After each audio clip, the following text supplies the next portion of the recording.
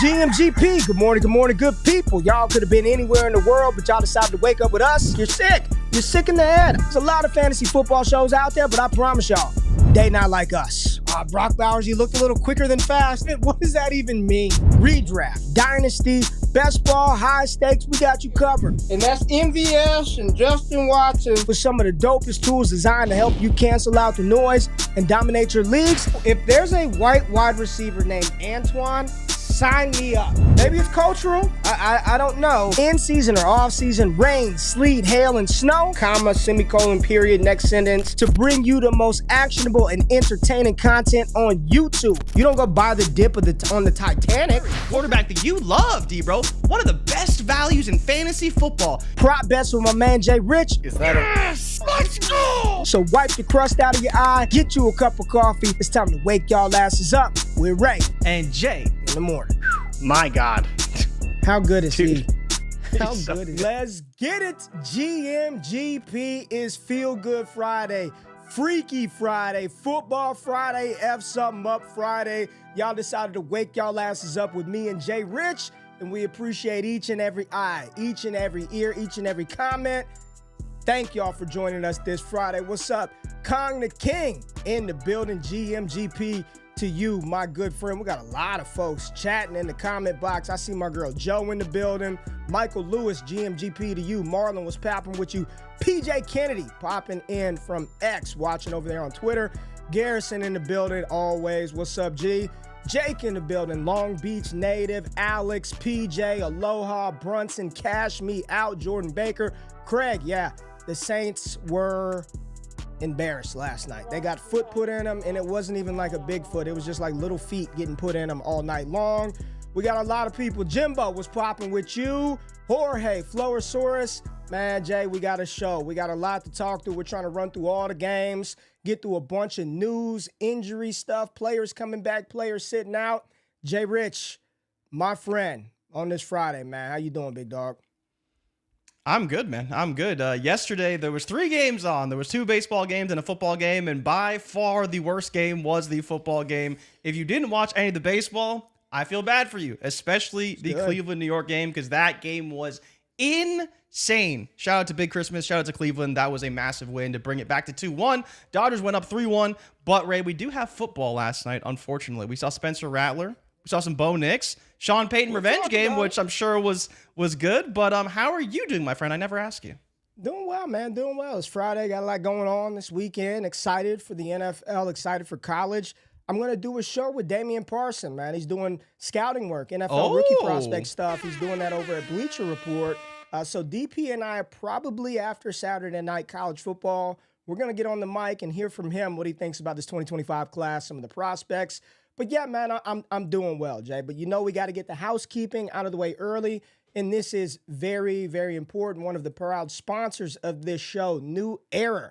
Want everybody to join the fight against cancer with New Era hats, the official cap of the NFL. Each cap from the Crucial Catch collection not only represents your favorite team in bold colors, but promotes the prevention and early detection of cancer. Wear your colors proudly and help us tackle cancer head on with the official cap of Crucial Catch. Charitable contributions are awarded by the NFL Foundation to the American Cancer Society. Jay, listen, man, I got a pink wristband on right now. One of my neighbors in our neighborhood, man, recent mother. She's dealing with breast cancer right now. So prayers up. We're battling with Becca over here and represent with the Crucial Catch Collection series from New Era hats. If you guys did not see Wednesday night, myself, Scott Connor, and Shane Manila were live on the channel talking wide receivers, usage, all kinds of stuff. Who you should trade for, trade away, buy, believe in, all that good stuff.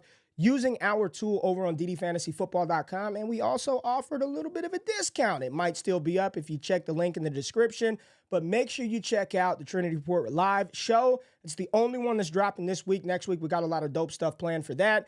And then stay tapped into the podcast feed, all the shows on the channel. We got the All Gas Trade Show tomorrow, Chai DeClaire and Gabe. College football with Gump, Jeff Mueller, and the injury stuff on Sunday. It's just like mad stuff from DD coming out every single day on the channel. Yeah, Ray, you hit the nail on the head, and I think the biggest thing will be the injury show because there is so many injuries this week, and we will recap them in the news segment, but definitely tune into Jeff's Injury Pod. That should drop Saturday, late afternoon, early evening, depending on where you're at and your time. I'm sure, like last week, he took him a while to get it out because there's just so much new information, but this week it's even worse than last week, so definitely tap into that. It's probably one of our best pieces of content, and Jeff tries to get you in and out in under half an hour. All right, well, speaking of the news, you want to go ahead and tackle it? Straight facts. People like the drop, Jay. People like the drop. Let's run it, baby. I mean, I know. It is cinema at its finest. Let's get into the news. Straight facts with Jay Rich. The biggest news in the world of sports. Covered and brought to you by one man, Jordan Richards. This is Straight Facts. All right, everybody, as I mentioned, there is a ton of news that we have to get into. One of the big pieces of news that did drop yesterday is that Rashid Shaheed is going to be out for the entire season after getting meniscus surgery. We weren't sure the extent of the injury. We did see it was a meniscus from Nick Underhill, the unreal Saints beat reporter, but he will be out for the season. They did the repair, and he's going to be gone, which sucks because he was having a great season. Even without Derek Carr, we thought he could do something, but he's going to be out for the season. One of the big stories as well this week has been the Steelers quarterback position and Russell Wilson projected to start. Justin Fields, though, was asked about Russell Wilson starting, and one of the biggest quotes from him was, "I don't think I played good enough. If I'm being real with you, if I'm being real with myself, I think if I did play well enough, there wouldn't be a conversation as to who should be starting week in and week out." And that, honestly, is a bit of a discredit to him and his growth as a quarterback, but it's also the truth, right? If there was a world where they believed he's the quarterback that could get them over the hump, he would be starting, and maybe he didn't show enough. Mike Tomlin was a little bit more candid in his conversations about that situation, saying, we have a lot of good players. Russ wasn't available. We still believe he can be a good quarterback, and we want to see what he has on the field. So that's a very interesting conversation, very interesting situation. Will Russ stink it up this week? It's kind of hard to say, but he's going to get his shot this week in week 7, and hopefully that means good things for the passing game and George Pickens. Marvin Harrison Jr., who has been dealing with a concussion, did get a limited practice in, but did not clear concussion protocol yet. Now, they do play on Monday night, so this is the equivalent to playing on a Wednesday. When he hits Thursday practice, Wednesday is usually the off day for a lot of players, even rookies, especially ones dealing with concussions. So him getting limited practice on Wednesday is very good news. Now, in good news, Malik Neighbors did clear concussion protocol and should be ready to play on Sunday, but he is on the injury report with a groin injury. So hopefully that doesn't limit him. It's something to monitor, but hopefully he should be good to go. It was just surprising that he cleared protocol and then ended up being on the report anyways with a groin injury. It's a dope picture of Malik Neighbors, ain't it? It is a dope picture of Malik Neighbors. And if you're listening to the podcast feed, hopefully you tune in on YouTube to see this dope picture of Malik Neighbors. Deontay Johnson was another DNP, and you brought up the conversation as to, is there some trade issues here? Is he potentially going to be traded? Because Carolina, obviously out of it. Deontay Johnson could probably get them a decent return and is one of the better receivers playing in the NFL right now if he was to get traded. I think he could arguably make a bigger impact than Devontae Adams and Amari Cooper, who were traded this week.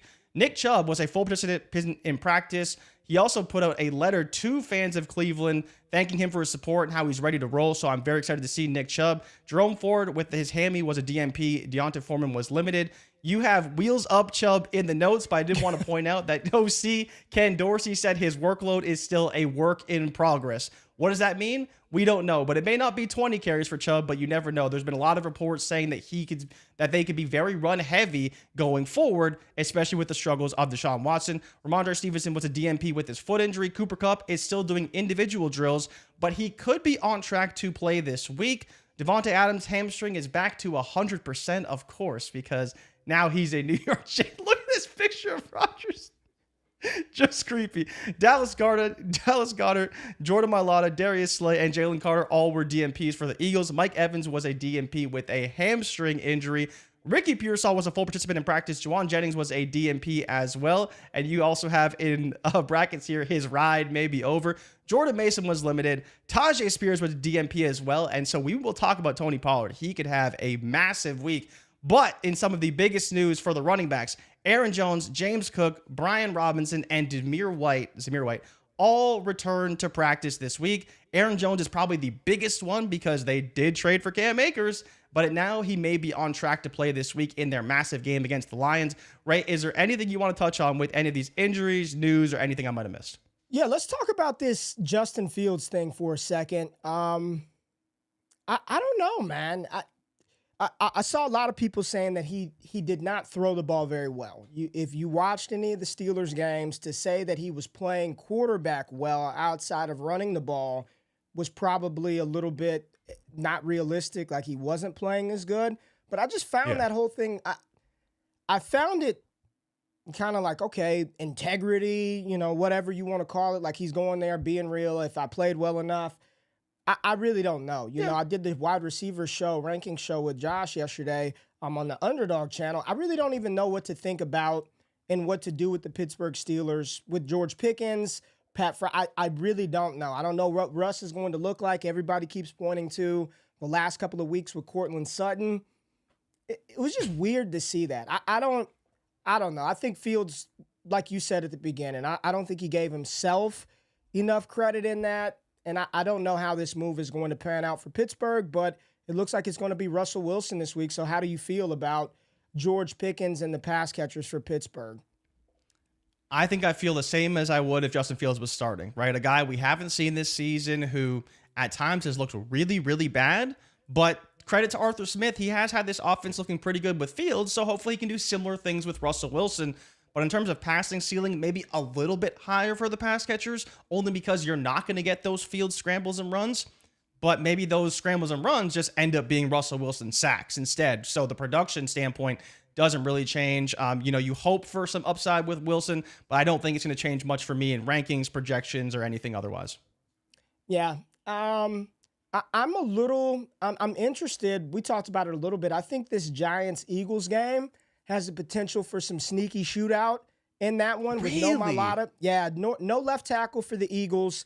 Andrew Thomas is also out for the Giants, but the Giants offense, they play way better when Malik Neighbors is on the field. It's wild to think that one player on a field of 11 makes so much difference for a team. But Philly's defense isn't anything to fear to that degree. Darius Slay is hurt. Jalen Carter didn't practice. I think there's a world in which the Giants are able to move the ball on Philadelphia. Philly should be able to do a lot of stuff on New York as well, but I'm sneakily excited for that 42.5-point total in that matchup. But we've got a lot of games to get to, and I think we're going to get some monster performances out of this one. And there's no game, Jay, that I want to start with more that I'm more excited about than the Detroit-Minnesota matchup. This one should be exactly what we were kind of hoping we were going to get out of the Dallas-Detroit game last week that did not materialize. But this is one where I think you're going to get fantasy goodness out of every player on this field. So let's talk about Detroit and Minnesota. Jay, you see this right here, 50.5-point total, over-under total, and it's a 1.5-point spread with with Minnesota being favored at home. NFC North division game. Go look at Justin Jefferson and Amon-Ra St. Brown's career splits against these teams, and it is banana land. I think Jets is averaging 134 a game against the Detroit Lions. Amon-Ra St. Brown close to 10, 11 targets, 8 receptions, 90 yards against the Minnesota Vikings. You got a team in Minnesota that wants to blitz a ton, and they get eviscerated in zone coverage on the back end. This is one where I think without Aaron Jones being 100%, and knowing that the Minnesota Vikings have not had to throw the ball in the second half of games as much as just about any other team in the NFL because they salt away leads in the second half and kind of give them up. This is one where I'm firing up everybody. Addison, Justin Jefferson, J-Mo, both of the running backs for the Lions, Sam Laporta. I don't know if we're going to get TJ Hawkinson this week, but what are your thoughts on this Vikings-Detroit Lions matchup this Sunday? So obviously I'm very excited. I don't know if I'm as excited for the Lions side, because if I'm the Lions, I'm not trying to throw the hell out of the ball. I'm actually trying to run the ball a lot to keep the ball away from the Minnesota Vikings. And so when you look at a lot of rankings, you're going to see Amon-Ra up there. The stat on Jefferson, to kind of clarify just how good he's been, he's had 14 targets minimum in Detroit in his last 3 starts, minimum of 11 receptions, with a low rate of 182 receiving yards in Detroit, which is, that's all from Stat Muse. Shout out Stat Muse. When they played in January, I think he had 12 for 190 against Detroit earlier this year. 12 for 190. This is last year, right? Last week of the season was 14 targets, 12 receptions, 192, and a touchdown.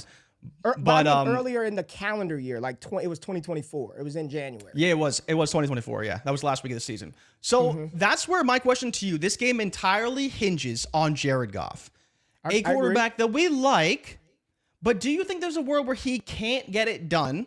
Much similar to the Tampa Bay game, and this is why I bring this up.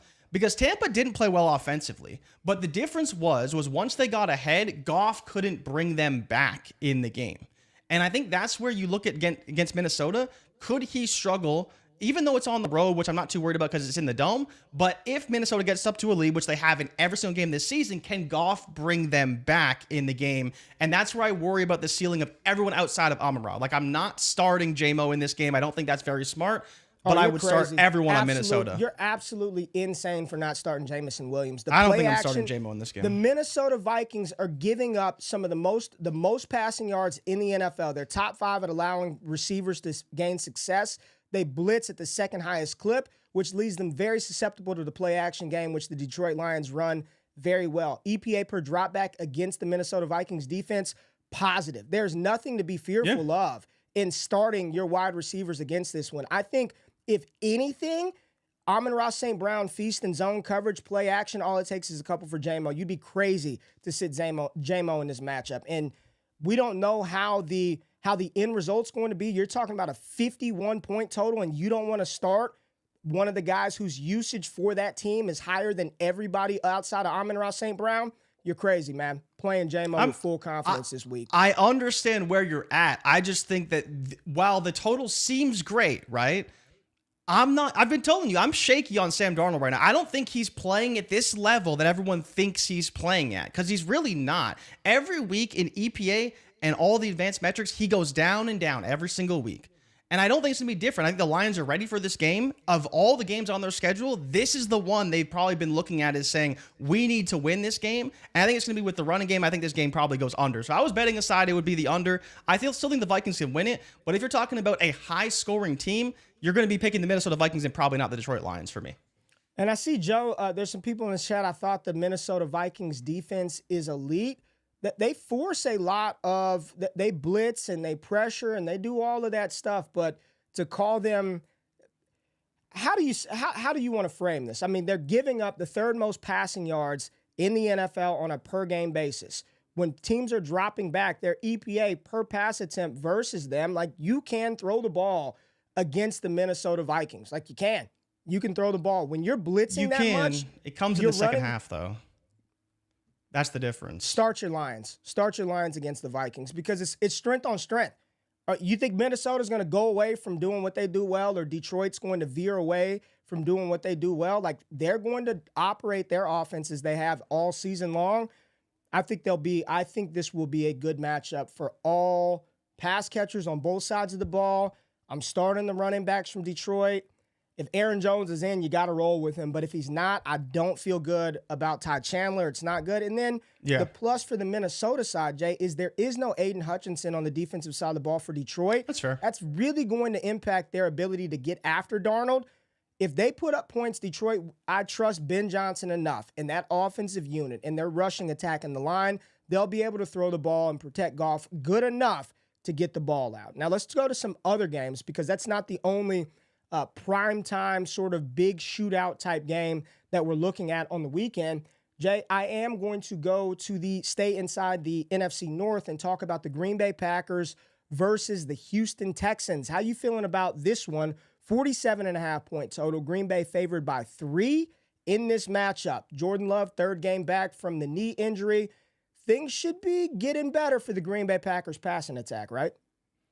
Yeah, so this is a game where, you talk about a quarterback who likes to throw at 0 blitzes, and that is none other than Jordan Love. If you blitz Jordan Love, he's throwing deep. He's not throwing a check down. He's not throwing 10 yards. He's throwing it 50 yards to Jaden Reed, to Romeo Doubs, to Christian Watson, and that's the reason why this game could have a massive total. We talked about the Green Bay Packers on Wednesday's show, and for anyone who missed it, their strength is defending the run. They've actually been defending the run at one of the highest rates in the NFL, and so Joe Mixon, who is dealing with a bit of an injury but is going to be back and playing and played well last week, may struggle a bit. I think that lends itself to a lot of Stephon Diggs and a lot of Tank Dell, and when you look at projections for those guys, they are very, very high this week.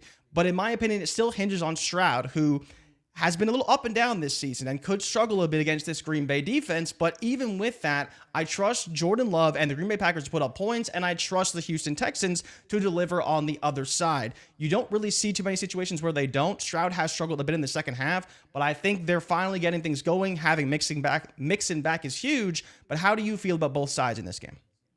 Yeah, I think this could be a really fun game. I think this is going to be a really fun game. We talk about it every week. Jordan Love, just a match made in Green Bay Packers heaven. He's just a great fit for this team.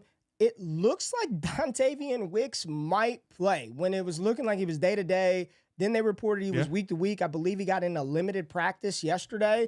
So that could lower the floor/ceiling of Romeo Doubs and Christian Watson. If Wicks plays, I believe that's a bigger drain on those two players than it is Jaden Reed. You are absolutely right. This defense has gotten a little bit better, the Green Bay Packers rushing defense, so maybe a little more difficult for Joe Mixon, but I'm still looking at some of these player projections for Mixon. 62 rushing yards projected for, almost 3 receptions, 20 yards. CJ Stroud projected for 260, 2 passing TDs. Diggs for 70 yards, and Tank Dell right around 60 yards in this matchup. And when you look at Green Bay, Love 240, Josh Jacobs right around the same amount of rushing yards, Reed 60 yards, Dobbs 46.5, and then Tucker Kraft 36.5 receiving yards, just some player projections. I think this is going to be a fun matchup. If you're talking about starts out of this game, I mean, you're starting both of the quarterbacks. You're still going to start both of the running backs. And I believe from the Texans side, Diggs and Tank Dell, fine plays this week. Green Bay Packers side, Jaden Reed, absolutely. I had him ranked as a top 10 receiver on the week. Dobbs and Watson, I want to see what's happening with Dontavian Wicks before I'm like, yeah, you absolutely need to play one of those guys in the flex. I think Dobbs is fine, though. Like, even if Wicks is available, I still trust Jordan Love to give Dobbs a few shots. Like, last week was the squeaky wheel got the grease, and that definitely happened. But the way they've been operating right now, it seems like Dobbs is still operating ahead of Dontavian Wicks, and Wicks may get a couple chances here or there, but I think the bigger question is Christian Watson. Like, would you trust him to get deep for a play or two on this defense? I would want to know if Wicks is playing or not. I'd want to know if Wicks is playing or not for Watson. I do think he impacts Christian Watson and Romeo Doubs a lot more than he does Jaden Reed. So I would just wait to see what's happening with Dontavian Wicks. Seattle versus Atlanta. 4-2 Atlanta Falcons versus the 3-3 Seattle Seahawks. Falcons have been turning it on of late, and we're talking about this big scoring bonanza of Detroit and Minnesota. 51-point total in this one, with Atlanta favored by 3 against the Seattle Seahawks. Jay, I'm going to tell you right now, Darnell Mooney and Drake London could go absolutely nuclear this week. Seattle, right now, as of yesterday, Tyreek Woolen nor Trey Brown, their 2 starting cornerbacks, neither of those guys were practicing for the Seattle Seahawks. We know Seattle wants to throw the ball like crazy with Geno Smith, and Kirk Cousins and Drake London over the last 3 weeks have it clicking. Drake London is averaging 12 targets, 9 receptions, 97 yards, and almost 1 touchdown per game over the last 3 weeks. He has been incredible. Drake London is giving us everything that we've wanted the past 2 years, playing around with Taylor Heineke and Desmond Ridder. It's clicking. It's working. He's my wide receiver 5 on the week. I love Mooney as a top 30 option as well. Bijan Robinson should be able to find success, but I've tempered the expectations because Tyler Algier is probably going to play as well, too. On the other side of the ball, Ken Walker, top 4 option on the week for me. Atlanta generates no pressure whatsoever. Geno should be able to throw the ball. And from the Seattle pass catchers, I would prioritize him. DK Metcalf, Tyler Lockett, then Jackson Smith and Jigba. Talk to me about this game, and do you feel any differently about the players that I mentioned?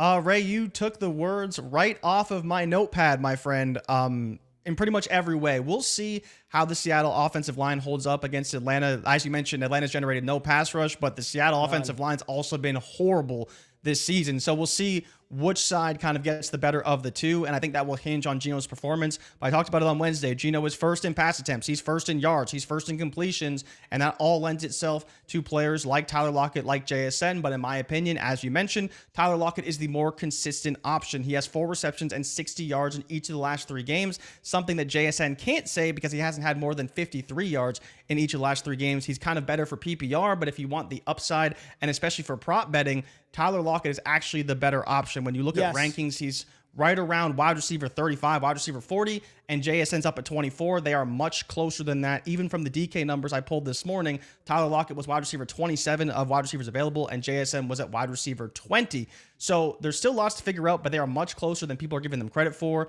I think the question really is Bijan and Algier. I think you can start both because I'm with you. This game is probably going to go over. Could see a 60-point total between these two teams. Love Kirk Cousins and Geno Smith as top 10 options at quarterback. I love all the receivers you mentioned. Do you think there's any hope for Kyle Pitts in this game, though? Because I think that's the one guy people are going to say, well, are we starting Kyle Pitts?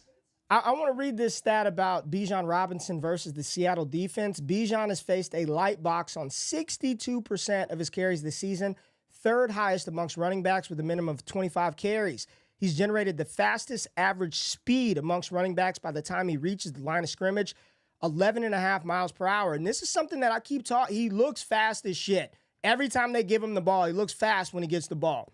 When facing light box defenses, Bijan pairs this speed with shiftiness in space as he's forced 15 missed tackles against light boxes, number 1 in the NFL, for an extra 81 yards gain from such missed tackles, tied for 3rd in the league. The Seahawks have allowed a league-high 6.3 yards per carry on design runs when utilizing light box defenses this season. I mean, this is why the point total is so damn high. I mean, this could be another juicy fantasy matchup for everybody. So when you're asking about Kyle Pitts, I think Kyle Pitts can find success against this banged-up Seattle defense that wants to throw the ball a ton. I like this game. I like this matchup for both sides. I told you how I prioritize the Seattle pass catchers, and you can start Tyler Algier.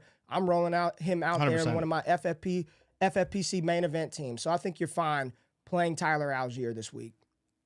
Yeah, I'm totally with you. Algier is definitely a guy you can start as a flex, especially in deeper formats. Absolutely. Ken Walker, as you mentioned, top 5 running back this week, should definitely score. And you saw, especially last week when they're playing catch-up, Atlanta is favored. And if they're playing catch-up, he's been getting a lot of dump-offs, which is great for PPR. But I'm totally with you. I think Atlanta probably wins this game.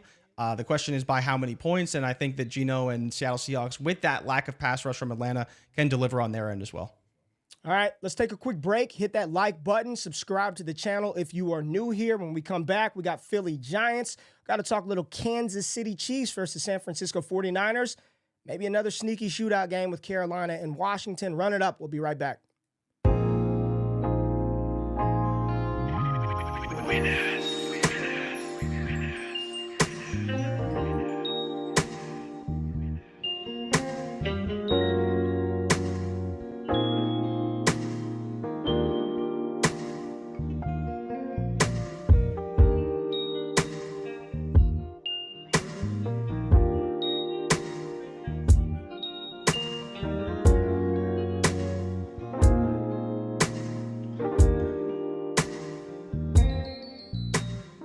Appreciate y'all pulling up. If you're new to the channel, if you're new to the station, we have a good time every single morning. One of the best communities in the fantasy football space. Hit that thumbs up button, like the content over here at DD Fantasy Football. Subscribe to the podcast feed, the YouTube channel. Check out all the dope stuff that we drop every single week. We've got the New York Giants, Philadelphia Eagles, Barkley revenge game. Jay, everybody is calling it the Saquon revenge game. You touched on it in the news. Quite a few Philadelphia Eagles, key Eagles, not participating in practice. You've got Jalen Carter, the big defensive tackle. Jordan Mailata, the left tackle, is out. Darius Slay, their starting cornerback, is banged up. Dallas Goedert, their starting tight end, is not practicing. And you've got Brian Burns and Dexter Lawrence. And a lot of people, this Giants defense is not pedestrian. It is not bottom of the league. It is not league worst. This Giants team, they're not one of the worst teams in the NFL, and they get back Malik Neighbors this week.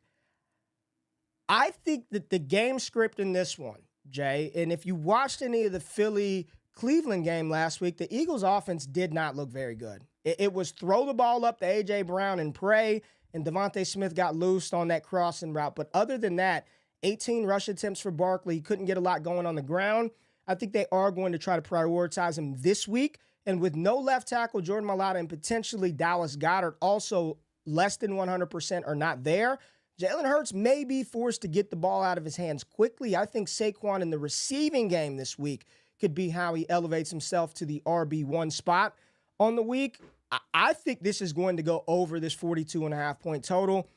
When you've got two sort of middle pedestrian teams, they kind of collide. Those two negatives make a positive. I'm not sold on the Philadelphia Eagles, and I also understand that when the Giants have Malik Neighbors, things get better. Talk to me about this matchup. How you feeling about the players from a fantasy perspective in this one?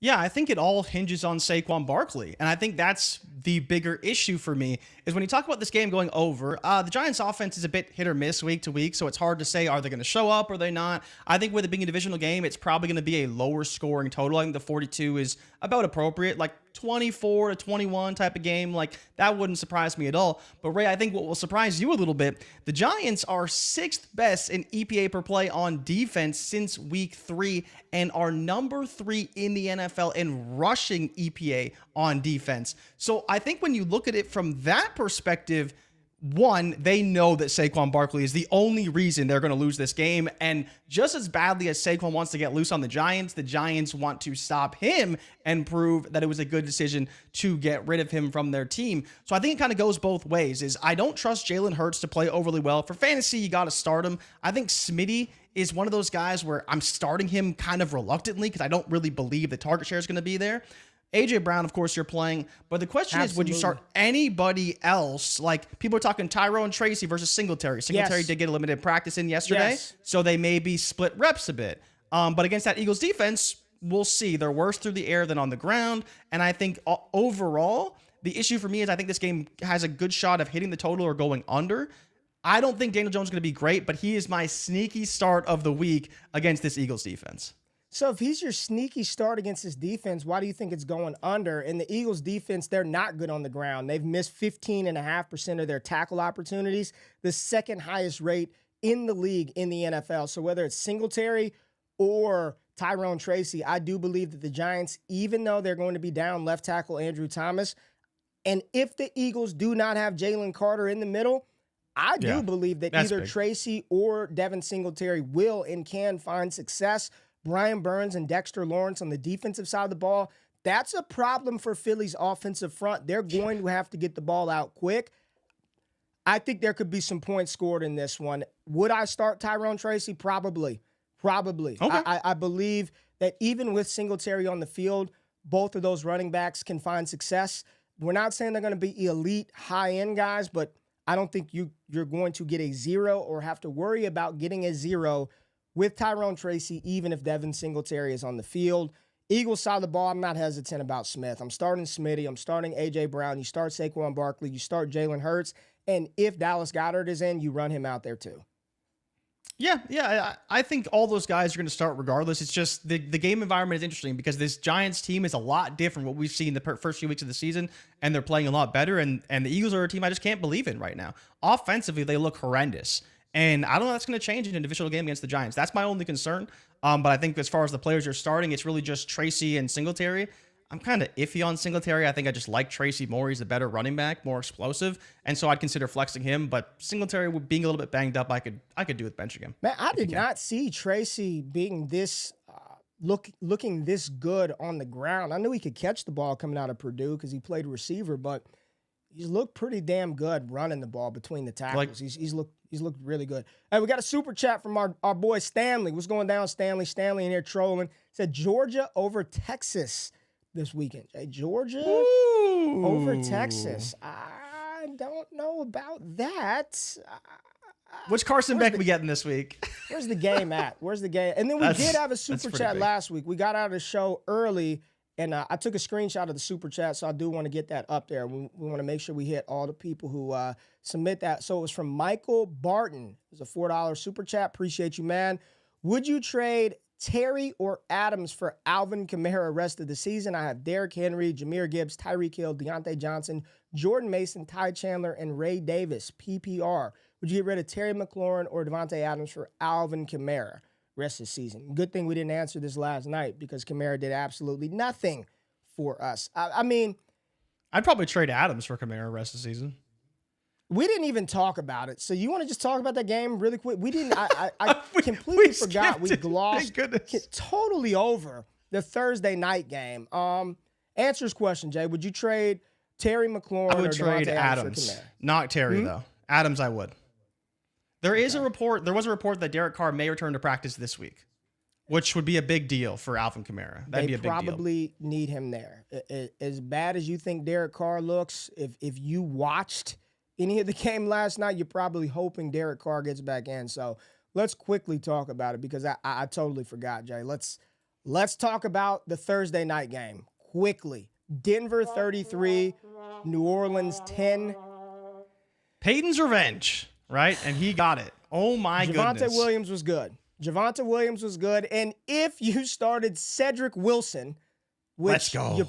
You probably did not. You were starting Bub Means, or I guess Mason Tipton was fine for That's you, fine, if you had to do it. Alvin Kamara, not fine. Kendre Miller played. Javonte Williams was really good. And Cortland Sutton wasn't on the field. So he ran the most routes. What are your takeaways here, Jay? Maybe we were right about Troy Franklin all along. Bo Nix, Troy Franklin, that connection kind of showing itself in New Orleans. Cortland Sutton being worse than Tim Patrick's looking great this week. If Timmy could just have a massive game, we could be right on track to get that. But the story is Javonte Williams. Javonte Williams looked great in this matchup, but for people who didn't watch the Wednesday show, I talked about how the Saints rush defense is 5th worst in the NFL. Yeah. And now, Ray, it is the worst in the NFL since week 3 in terms of rushing EPA. So start your running backs against the New Orleans Saints. They have a terrible rush defense, and they are dealing with a ton of injuries. Bo Nix ran the ball very effectively. Passing-wise, he was very hit or miss. Should have thrown a pick or two, but that is the Bo Nix experience. The thing is, Ray, when you're running for 60 yards in a game, even for fantasy purposes, like that's a really good floor, and it makes valuing him very difficult right now. But I think if you got him, you just hold him, and I wouldn't trade him right now because he could always get better as a passer. As the Spencer Rattler. Now that was an experience. I mean, this is who he is, man. This is what he did. Well, the team his is, entire they're career in missing how college. many starters? Like It 9 wouldn't of their 11 starters. It wouldn't matter. Sometimes it just doesn't matter. It wouldn't matter if they had the full complement of it. It wouldn't matter if MT, Pierre Thomas, and Marcus Colston were out there. It's still Spencer Rattler playing quarterback. So there's not a lot to take away. Javonte Williams absolutely did look good. Let's talk about Kansas City and San Francisco, Jay. This should be another exciting matchup. Super Bowl rematch. Super Bowl rematch. I'm getting some Brock Purdy revenge in this one. And I don't know. So you're looking at the Chiefs In right San now. Fran, too. They are 15th in points per game. The Niners are 7th in the NFL in points per game. Turnover differential, the Kansas City Chiefs -4, 25th, and the Niners 8th in the NFL with +3, 47 point total in this one, with San Francisco favored by 1.5. Juju Smith-Schuster, I saw he was added to the injury report yesterday with was a hamstring or a groin injury. I don't know. The crazy thing about this season is these fake injury reports. Players are supposed to miss a year of time and then they're back. They're supposed to miss 8 weeks and then they're back.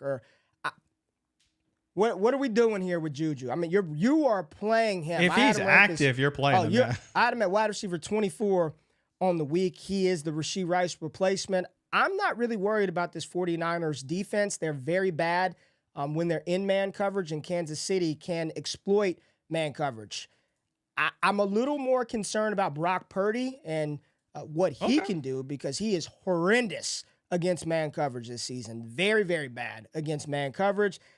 Kansas City, not as great when they deploy that defensive coverage, but they're very difficult against number one outside wide receivers. It's tough to run the ball. Jordan Mason, limited, I believe, but he's going to play. Should the Niners be favored, how do you feel about the fantasy assets in this game? Where are we going, Jay? Let's start with Kansas City. Mahomes. Is he a top 12 quarterback on the week? Is he just No. I don't want to give her. Is he a top 12 option on the week? No, I would not put him as a top 12 option right now. He could absolutely get there, but I would not put him as a top 12 option. In terms of starters, it's Kareem Hunt and it's Travis Kelce for me. And then if Juju is available, I'd be starting him as well. But that's literally it. I think if you think there's a guy who has a higher ceiling than Mahomes, like a Geno Smith, like a Kirk Cousins, I would absolutely roll both those guys ahead of a Patrick Mahomes. I think it's the San Francisco side that's more interesting, right? Even if they do play Jordan Mason, why do I care? This is the best defense in the NFL against the running back right now, especially in recent memory, like last 3-4 weeks. So if Jordan Mason's available, great, but I don't feel great about playing him. He probably is going to be looking at like 6 to 10 points if he doesn't score because this defense is so good against the run. So the question is, Ray, can Brock Purdy deliver on his end throwing the football? Because if this team doesn't score 30 points, they haven't won a game all season, I think. And this past week, no, they scored 30 on Seattle as well. And so that's where it's like they should be favored, but if they don't score 30, they don't win. Do I think they're scoring 30 on Kansas City? Probably not. And so I would take Kansas City on the spread and probably win some money that way. But who do you think wins this game? Because maybe you do believe Sam Frank can get it done, but without a running game, I don't see how Brock Purdy's going to will them to a victory against Kansas City. I don't know who's going to win this game, but I have Kareem Hunt as a top 12 running back on the week. 27 carries the last time we saw him. This is a defensive front that's without Javon Hargrave, and I believe there's another injury up front for him. Talanoa Hufanga is out. This is not the same San Francisco defense that you think of where you can't do a lot against them. Yeah. I think Kareem Hunt's going to find success. A lot of people saying Juju ain't doing ish this game. I can't trust or buy into Juju. No one's talking Dynasty. I don't give a shit about his value after this week or next week or the week after that. But as long as he is healthy, as long as he is active, and as long as Rashee Rice's knee is screwed up, Juju's going to be a part of this offense. He was here before. Have you not listened to the coaches the past week? Josh Norris and I talked about this yesterday. Go listen to Andy Reid and the OCs talk about Hunt and Juju. It's not coach speak. It's not bullshit. If you have Juju Smith-Schuster on your roster this week and don't start him, cut him. Why do you have him and not start him? Why would you have him and not play him? Like, football doesn't have to be complicated. He's the one-for-one Rashee Rice replacement. Enjoy him while you got him. Roll him out there. I'm not worried about the damn 49ers in this matchup. They've got nobody else to throw the ball to. It's Travis Kelce. It's Juju. What I'm more interested in seeing from the KC side of the ball is what does Xavier Worthy's workload look like coming off of a bye? Because to start the season, he's kind of been just this gadgety option that they get the ball to in a couple of different ways, take a few shots with him, but having a week to kind of refine this team, knowing Rice is out, we got to get Kelce to step up. Maybe we see some different type of usage from Xavier Worthy against the 49ers, but I feel just fine starting Juju as a wide receiver 2 with wide receiver 1 type upside.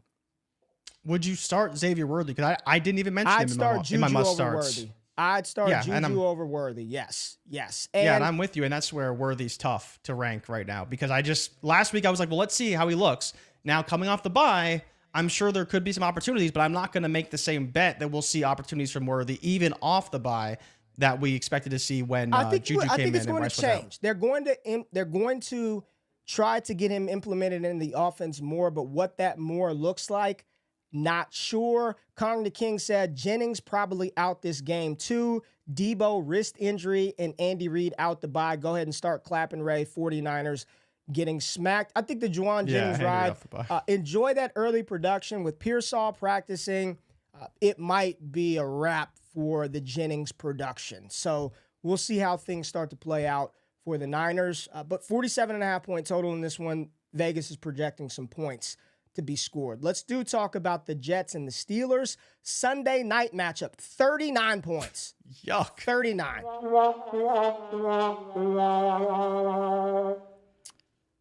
I had Garrett Wilson ranked 19th. I think Adams 26th on the week. Breece Hall, I believe I had him like RB 12 versus this matchup. Okay.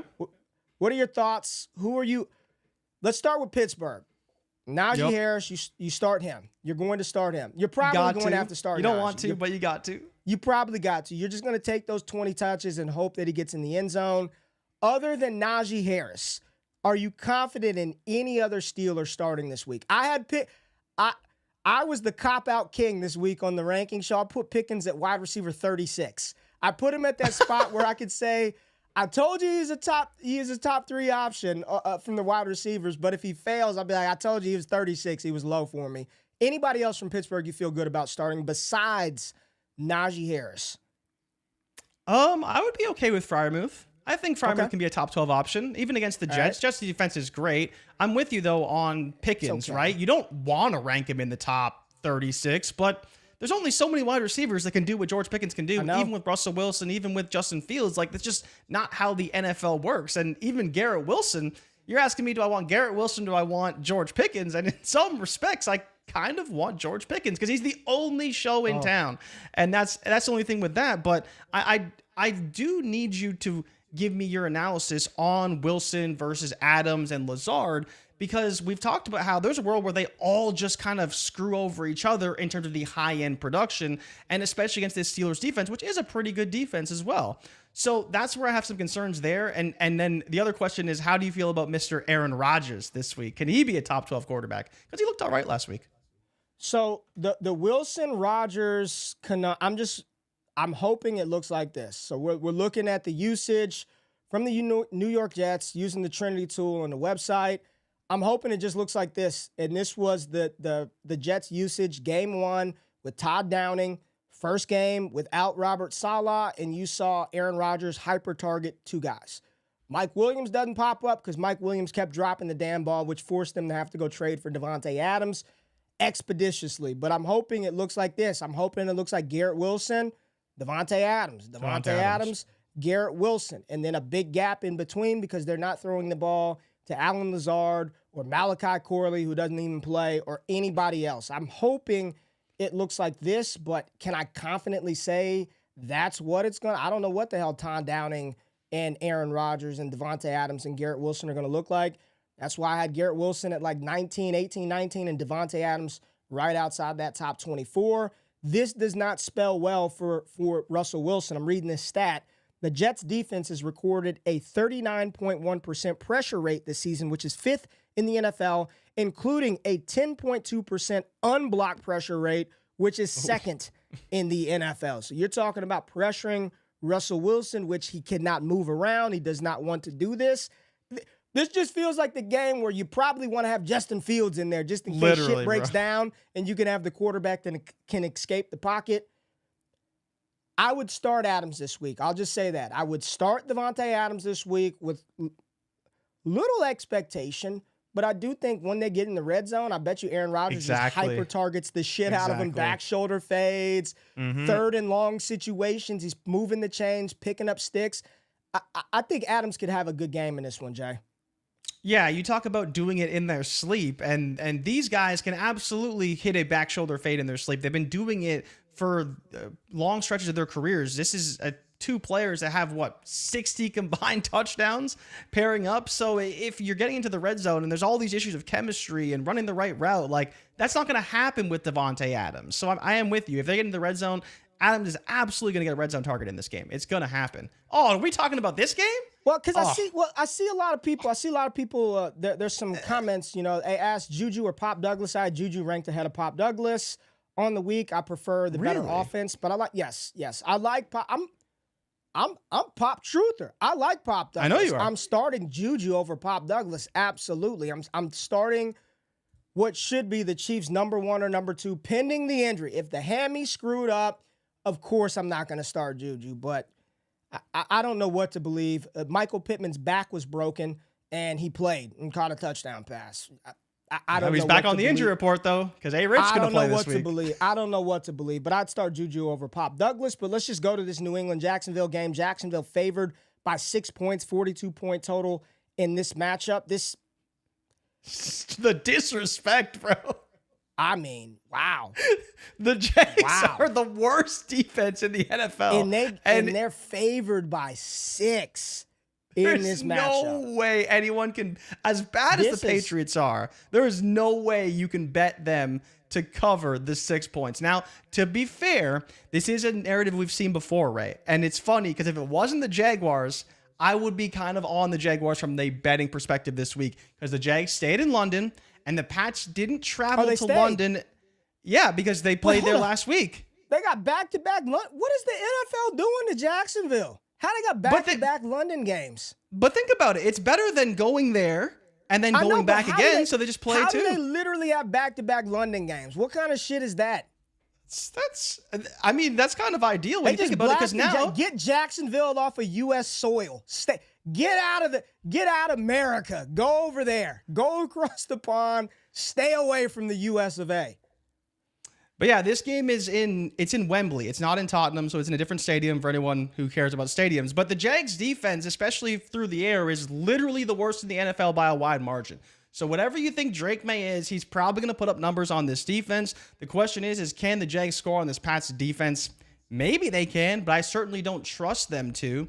So that's where, the only narrative that really leans the Jags' favor is the fact that they're still in London and they've been there all week, so they're acclimated to the time zone. And the Patriots didn't go there, I believe, until last night. So they'll only have a few days to acclimate to the situation. And especially for a quarterback like Drake May, who's never done it, and it may be foreign to him, and it could be a bit of a problem. He may run into some issues, but overall, trusting the Jags to cover 6 points is disgusting, but I love Pop Douglas. I think he's going for 100 and could score this week because the Jags are just so bad against the slot and against wide receivers. He should have a very big game against this Jags defense. Yeah, I'm a big fan of Pop, man. You starting Pop, and hopefully, if you've roster constructed right, you probably have both of those guys. Like, you should have Pop and Juju, and I'd play both of those guys.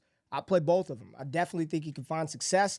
Top 36 wide receiver on the week for me. I believe I was even ahead of expert consensus ranks on Pop. Go check ECR on where Pop is. And then, again, if you're asking who I have ranked ahead, there's a show right there on Josh and Hayden's YouTube channel where I went through the wide receiver position yesterday. Make sure you check that out. Tank Bigsby, I think this is a Tank Bigsby game. I believe the game script got out of hand last week, so they didn't even really run the ball with anyone. I believe ETN was practicing in a limited capacity. We'll see if he plays. Probably not. If not, I fully expect Tank Bigsby to get the rock and produce like an RB2 on the week. I had him as a top 20 guy on the week. I'm not concerned about Dearness Johnson. I truly believe that was game script, situational. Quickly, the Raiders and the Rams. I'll just say this, start your Rams. This is a great matchup for Kyren Williams. If Cooper Kupp is out there, it's a great matchup for Cooper Kupp. And on the other side of the ball, it's great for the Raiders if you believe in them. You can run on the Rams. They're awful at defending the run. You can throw on the Rams. Yeah. How much of that do you want to buy in with the Rams favored by 7 in this matchup? I'm just going to say if Kupp is playing, I'm firing him up. I also believe there is a world in which Tutu Atwell finds success. I had him as a top 40 guy on the week. Kyren Williams, you're playing him. Matthew Stafford has been statistically one of the worst quarterbacks in the NFL this year. So hopefully with Cooper Kupp back, he can get some things going. Quickly, talking about Cincinnati and the Cleveland Browns. It's T. Higgins. It's Jamar Chase. I've got Jamar Chase, number 2. Now, historically, has not fared well against the Cleveland Browns, only averaging about 50 yards a game versus the Browns, who deploy a lot of man coverage. T. Higgins a little better in man than Jamar Chase, but I will let you know that the Cleveland Browns are also the yak over expected. They're giving up the 4th most yak over expected in the NFL, and Jamar Chase, number 2 in the NFL in yards after the catch. So you don't want to tackle Chase. He is going to make you pay. Chase Brown, I would definitely start him as a flex option, RB2. Hopefully they stop effing around with Zach Moss, and Joe Burrow should find success in a game in which the Bengals are favored by 5.5 points. Buffalo versus Tennessee. Outside of Tony Pollard, you start nobody. One more time. Outside of Tony Pollard, you start nobody. And yes, I do believe they will try to get the squeaky wheel, Calvin Ridley, some grease, but 9.5 points. Yep. The Bills have beat down bad teams this season. Beat them down. That means the implied total for the Titans in a 41-point game is what, like 17 points? Yeah, something like that. 17, 18 points. Yeah, probably even less than that. Maybe less. I am a big no thank you with Tennessee on the week versus Buffalo at home. This might be the knockout punch for the Tennessee Titans this week. Miami and Indianapolis, 43.5 point total. The Colts favored by 3. I've got Tyreek inside the top 24. They got him 9 targets last week with Tyler Huntley. Jalen Waddle, I believe, had 8 targets. A lot of people don't even remember that Raheem Mostert played in Miami's last game, but he got 20 damn opportunities and looked really good. Achane is back. I believe this is one where the Miami Dolphins are going to be able to run the ball on the Indianapolis Colts. Anthony Richardson is back. I'm still going to start Josh Downs. If Michael Pittman is out there, you might have no choice, but I'm still going to play Josh Downs. I prefer Tyler Goodson over Trey Sermon, who was banged up on the week. Anything else you want to say about the Colts and the Dolphins? Yeah, the question is, Rich, do you trust him? Would you play him? And then, like you kind of brought up, Josh Downs and Michael Pittman and Alec Pierce, who is also dealing with a bit of an injury. The Miami Dolphins defense has also been much improved since week 3. They are 4th in the NFL in dropback EPA per play. So they actually are playing pretty good defense relative to the first few weeks of the season. Part of that will improve with an improved offense. So I think that's the biggest question is, do you believe that Indy can score points with Rich? I kind of don't. And with Achane and Mostert back and hopefully some targets to Tyreek and Waddle, Miami can actually win this game because Indy's probably not putting up more than 17 to 20 points on this team, and maybe even less than that with a few turnovers from Rich. And let me tell you, Miami, there should be a little extra pep in their step. The narrative should be, it's already reported, Tua will be back. So if I'm the Dolphins, I'm starting to get a little excited. Like there is light at the end of this shit tunnel. There is some light here at the end of this tunnel because Tua's coming back. I believe you start to see a more motivated Dolphins offense knowing that their signal caller's coming back. And for everybody out there that shit can Tua, he's no good. You see what it looks like when he's not there. You see what it looks like when he's not there. So maybe have a little more respect for Tagovailoa when he comes back. In the final game, we're going to touch on, talk about, have some fun with. I want to talk Baltimore, Tampa Bay, but it's a Monday night game, so we'll do that. Yeah. That's going to be fun, but we'll do that on the Monday show. Is Carolina, Washington, the 3 o'clock game on Sunday. It's not the game of the week, but they'll be playing in the late slate, and it's going to be on at the same time as the Raiders-Rams game, so you don't have to worry about that. And then Kansas City, San Francisco, so we could focus in on JD5 versus Chuba Hubbard and the 1-5 Carolina Panthers, who have been pretty decent for us for fantasy. 51.5 points. Jay Rich, I saved the grossest game for last because this could be another blowout bonanza where we've got points all over the board. 51.5. I believe this is the highest total on the weekend with Washington favored by 8. Brian Robinson is back. Austin Eckler's playing well. Terry McLaurin's gotten it going, and Jaden Daniels is coming off of a loss, but a loss in which he played very well. On the other side of the ball, Chuba Hubbard's running like a top 10 running back in the NFL. Deontay Johnson is playing at a top 5 clip at the wide receiver position. You're getting production out of the league at. They're finding something special in freshman tight end, rookie tight end, Jatavian Sanders, and Andy Dalton has this offense playing pretty well. They're able to protect him up front. They're scoring us points for fantasy. So in this matchup, Ertz, Eckler, Robinson, McLaurin. I mean, are you starting 5-6 commanders on the week? Yeah, I mean, we said it on Wednesday's show. You start every single player you can against the Carolina Panthers. The question for me is Austin Eckler and Noah Brown, because Noah Brown's getting targets, and I think you could start him as well because he may be a guy who scores this week. Ertz, you're starting 100%. B-Rob, you're starting. JD5, 100%. You're starting. Like, 100%. There's no questions about those guys. Would you start Leggett in this matchup, hoping he just gets a few targets? Because last week he didn't see a ton, but he did find the end zone. They're 8-point dogs in a 51. It should be more. It should be 10.5 points. There's no way. You could do I whatever believe Carolina you want. can cover that. You could do whatever you want with the Carolina Panthers defense. I mean, you pay for an hour of time, they'll let you do whatever you want. You pay for the time, we can go to the room, do whatever you want for the time. You could do anything. So I think that you could start both running backs, both Brian Robinson and Austin Eckler, top 30 options on the week. McLaurin, Noah Brown, if you're in desperation, prayer mode. Yeah. Hell, Olamide Zaccheaus gets in on the action. That's just how good Jaden Daniels is. And on the other side, I do think you can play Leggett. You can play Deontay Johnson. JT Sanders, I don't know if I feel good about playing him yet. But dynasty-wise, I think you've got a nice little young tight end asset that can grow. Chuba Hubbard locked and loaded. My only fear with Chuba is does he get game scripted out of this one if the Commanders get up on him too much? But other than that, this could be a fun game in the afternoon window. Yeah, this game was flexed to the 4 o'clock slate for Cincinnati and Cleveland, which is interesting, right? Yeah, that was supposed to be a 4 o'clock game. They flexed this one in, and now we have this game to watch, which should be very fun with Jaden Daniels. But yeah, I'm with you. I think Chuba's going to be fine. I was actually going to ask you, but you kind of went through it too quickly. I was worried Tony Pollard could be game scripted out of the game.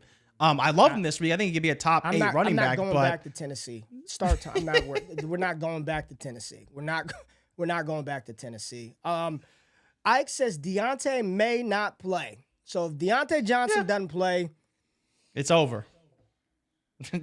Would you start? I guess you would start Leggett at that point, but yeah, you start Leggett. I mean, Andy Dalton's still going to throw the ball. I would start Leggett. Maybe it makes JT Sanders a little more attractive in this desolate wasteland of the tight end position that we live in right now.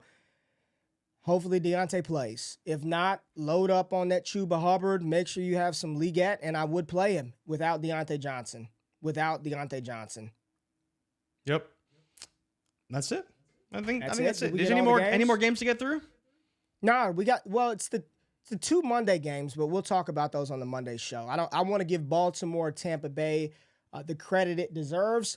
I guess the biggest last thing, if you have players from these games, I would not sit them for anyone that's playing Sunday. Like, I want Bucks and I want Ravens. I want Zay Flowers in the lineup, Mike Evans, Chris Godwin. I want all those guys. So you just hold out. You make sure that they're plugged in. I'm not starting anybody over those options. 49.5 point total in this one, with Baltimore favored by 3.5 on the road against Tampa Bay. So we'll get to that on Monday's show. Jay, we had a couple of super chats I want to hit before we get out of here. Make sure we get the people what they paid for, man. Make sure we get the people what they paid for. So who we got? Jimbo, what's up, Jimbo? He said, Pop, Mooney, Juju, Algier, need 2. Appreciate it. Which 2 would you go with? Pop, Mooney, Juju, or Tyler Algier? I think it's Pop and, probably Juju. Pop versus Mooney is interesting. Who would you take of Pop versus Mooney? I like Mooney a lot, too. That's the problem. But it's tough. I think I would go Pop and Juju, though. Pop and Juju is fine, or it'd be Juju Mooney for me. It'd be one of those two, yeah. Yeah, it'd be one of those 3. It'd be for me, it would be Juju and Mooney. Probably Mooney. I like Pop, man. It's 1 week. I'm not gonna blow my load over like the first time he finally gets to do something. I'm excited. That's fair. I want to continue to see that happening.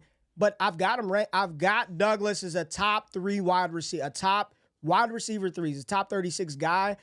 But I just want to see May again, where the game script in this one should be more neutral against a Jaguars team. If Ramondre's there, maybe they couldn't even run the ball last week with Antonio Gibson. He had 19 rushing yards. So I want to caution people against just thinking that's what's going to happen with Douglas every single week. Now that Drake May is in, when we have a much larger sample size of seeing Mooney be successful inside a Atlanta offense that's projected to score 51 points versus a Seattle defense down their 2 starting corners who wants to throw the ball just as much as anybody else.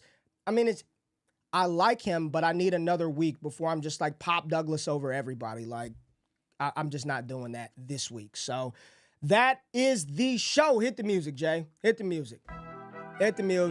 Appreciate everybody pulling up Monday, Wednesday, Friday with me and Jay Rich over here on DD Fantasy Football. Make sure you subscribe to the DD Fantasy Football podcast radio feed. A bunch of content that you never see drop on the channel, but a lot of incredible content creators are putting out. Tap into the show on Sunday morning for Mitch and John as they do their start and sit show. Ty Claire and Gabe will be on Saturday for trades. You want those dynasty trades, make sure you pull up.